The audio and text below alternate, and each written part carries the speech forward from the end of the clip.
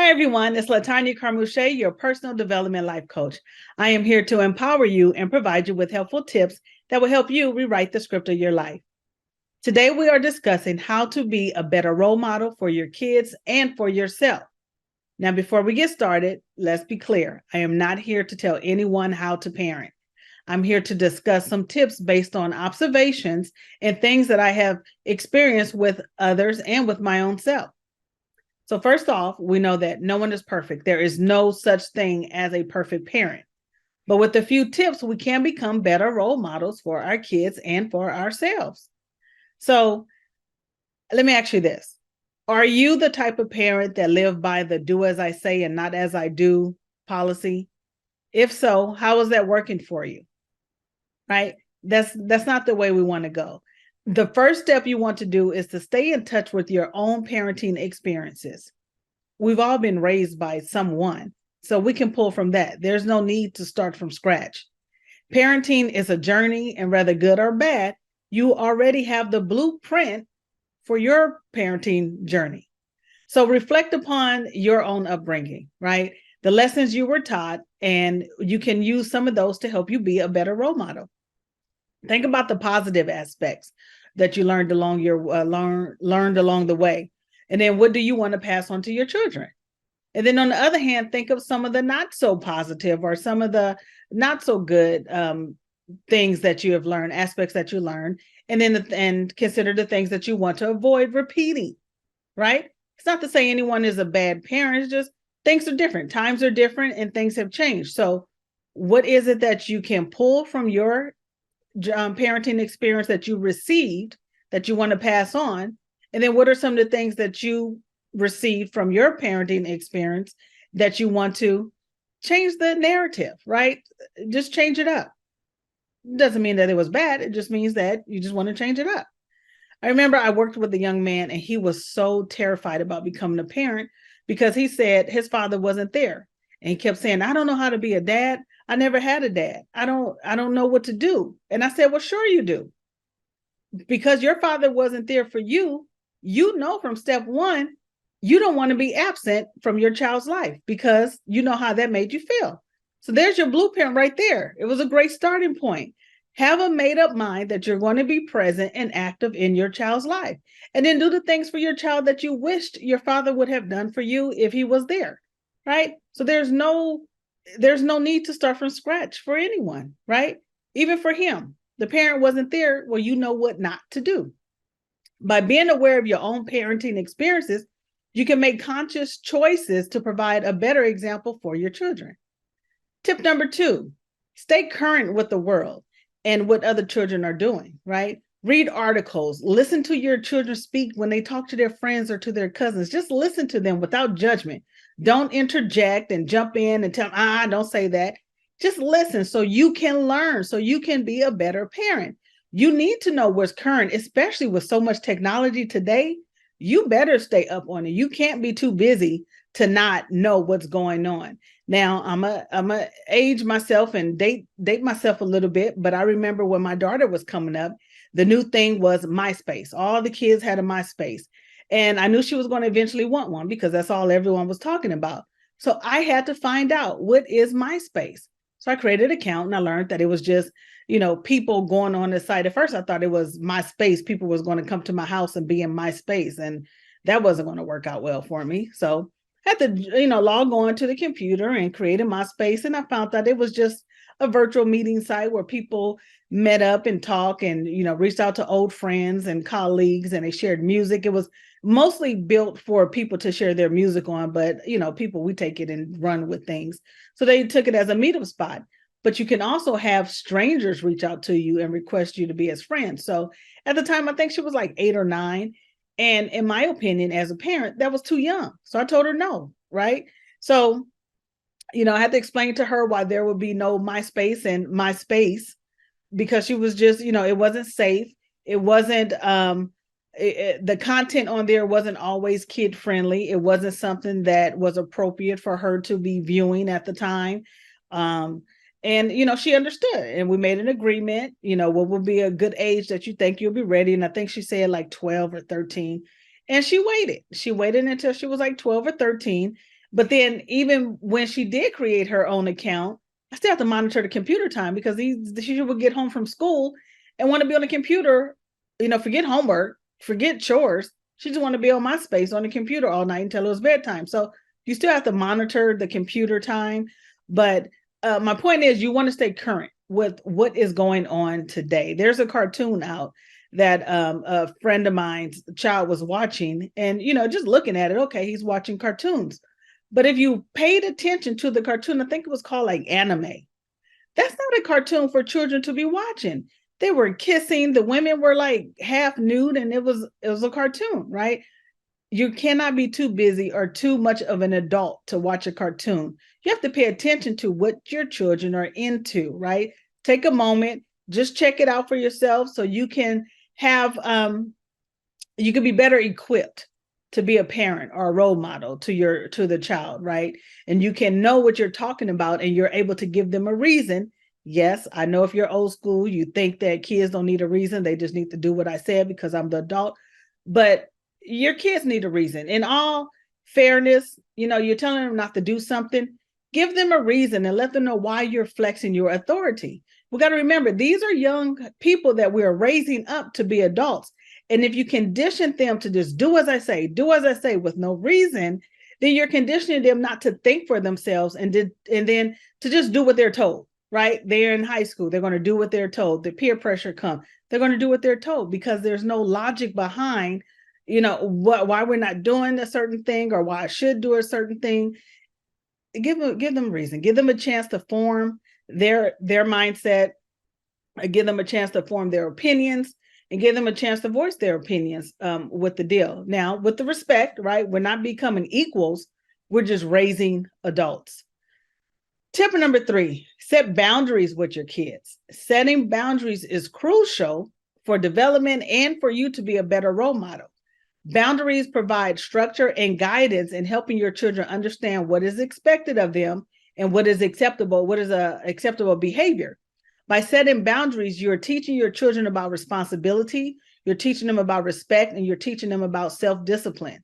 So again, explain why the boundaries are important, and then allow them to contribute to their to these boundaries, right? So I think you should go to bed at 9 o'clock. Well, they think they should go to bed at 10.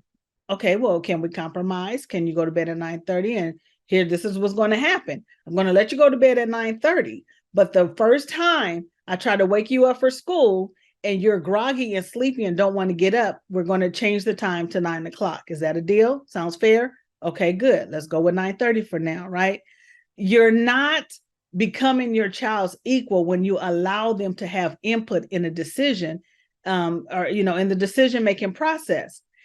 Instead, you are helping them feel more invested and feel they'll be more likely to adhere to these boundaries, right? If they know that they had some input and they're not just being forced like they're nobodies, like they're not capable of thinking. Children are very, very smart. Children can think for themselves. Now, granted, they don't have all the knowledge it takes to be a full functioning, independent person. However, they can tell you when they're hungry. They can tell you when they're sleepy. They can tell you when their stomach hurt. They can tell you these things. These are intelligent beings, right? We're just there to guide them and mold them and help them, strengthen their abilities and become upstanding citizens. So trust me, it pays off in the long run when you involve your child in, decision making and helping them understand why a certain thing is the way it is. Now, with these boundaries, that includes consequences, right? And when you have consequences, be consistent with them. Follow through with the consequences.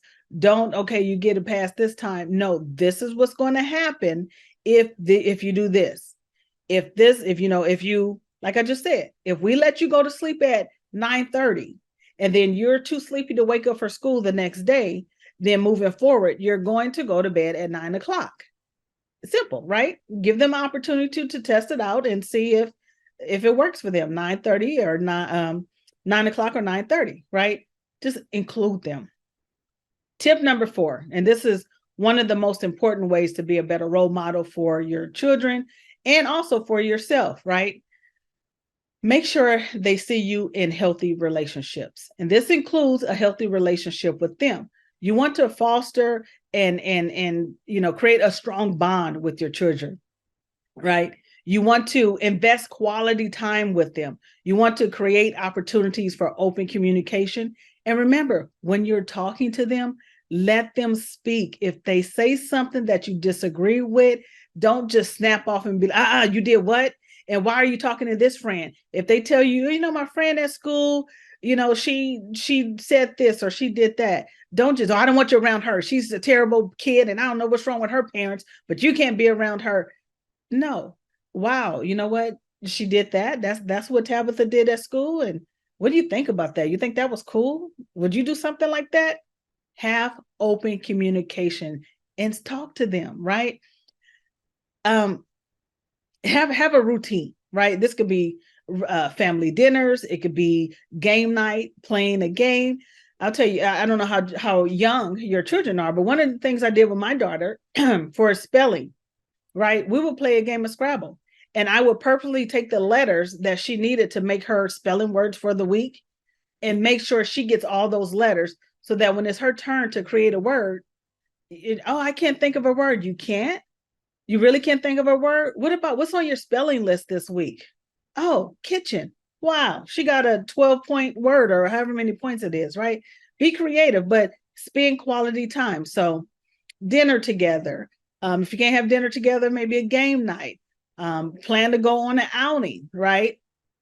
Just, we know that Tuesday nights is our special night. We go and just get an ice cream and come right back home.